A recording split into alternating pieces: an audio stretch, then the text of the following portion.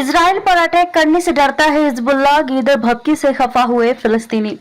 Israel और Hamas के युद्ध के बीच अक्सर हिजबुल्लाह भी धमकी देता रहता है। हिजबुल्लाह का दावा है कि वह हमास की मदद कर रहा है। हिजबुल्लाह चीफ हसन नसरुल्लाह ने इजराइल के खिलाफ भाषण जरूर दिए, लेकिन अब तक खुलकर युद्ध का ऐलान नहीं किया गया है। लेबनान में रहने वाले फिलिस्तीनी हिजबुल्लाह के इस रवैये से निराश हैं। आपको बता दें कि गाजा के साथ इजराइल ने साउथ लेबनान के भी कई इलाकों पर बमबारी की थी। इसके बाद हिजबुल्लाह ने इसका जवाब भी दिया था। नसरुल्लाह का कहना है कि यह युद्ध जल्द खत्म होने वाला नहीं है। फिलिस्तीनियों को नागवार गुजर रहा हिजबुल्लाह का संदेश। हिजबुल्लाह सालों तक युद्ध चलने का दावा कर रहा है। वहीं बेरूत के आसपास साबरा और शातला में रहने वाले फिलिस्तीनी शरणार्थियों को ये संदेश नागवार गुजर रहा है। इन शरणार्थियों शिविर में लगभग 2,50,000 फिलिस्तीनी रहते हैं। 1948 में इजराइल बनने के बाद ये शरणार्थी लेबनान में ही रहते हैं। गाजा के अस्पताल, स्कूलों, इजरायली हमले को देखकर लेबनान में रहने वाले फिलिस्तीनी भी डरे हुए हैं। आपको बता दें कि गाजा में अब तक 11,000 लोग मारे जा चुके हैं, इसमें आधे बच्चे भी हैं।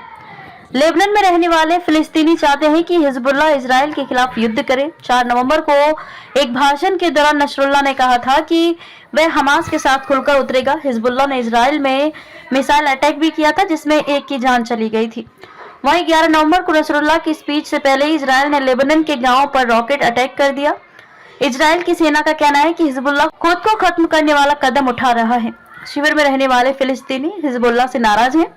उनको उम्मीद थी कि हिजबुल्लाह हमास के साथ खुलकर उतरेगा। इसके अलावा ईरान समर्थित सैन्य संगठन भी इजराइल के खिलाफ पूरी ताकत झोंक देंगे, लेकिन ऐसा कुछ होता दिखाई नहीं दे रहा है।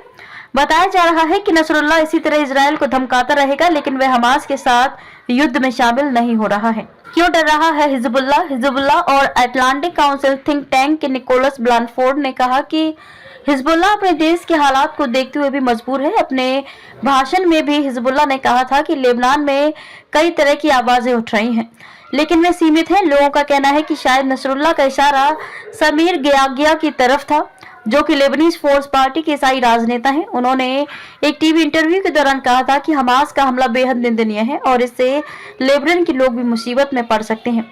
उन्होंने कहा था कि लेबनान को भी इस युद्ध में खींचने के लिए वह हिजबुल्लाह का समर्थन नहीं करेंगे। अगर ईरान में गणित बदलता है तो हिजबुल्लाह इजराइल पर हमला कर देता है तो उसकी शिकस्त निश्चित है। नसरुल्लाह को डर है कि इजराइल पर हमला करने से लेबनान में भी विरोध शुरू हो सकता है।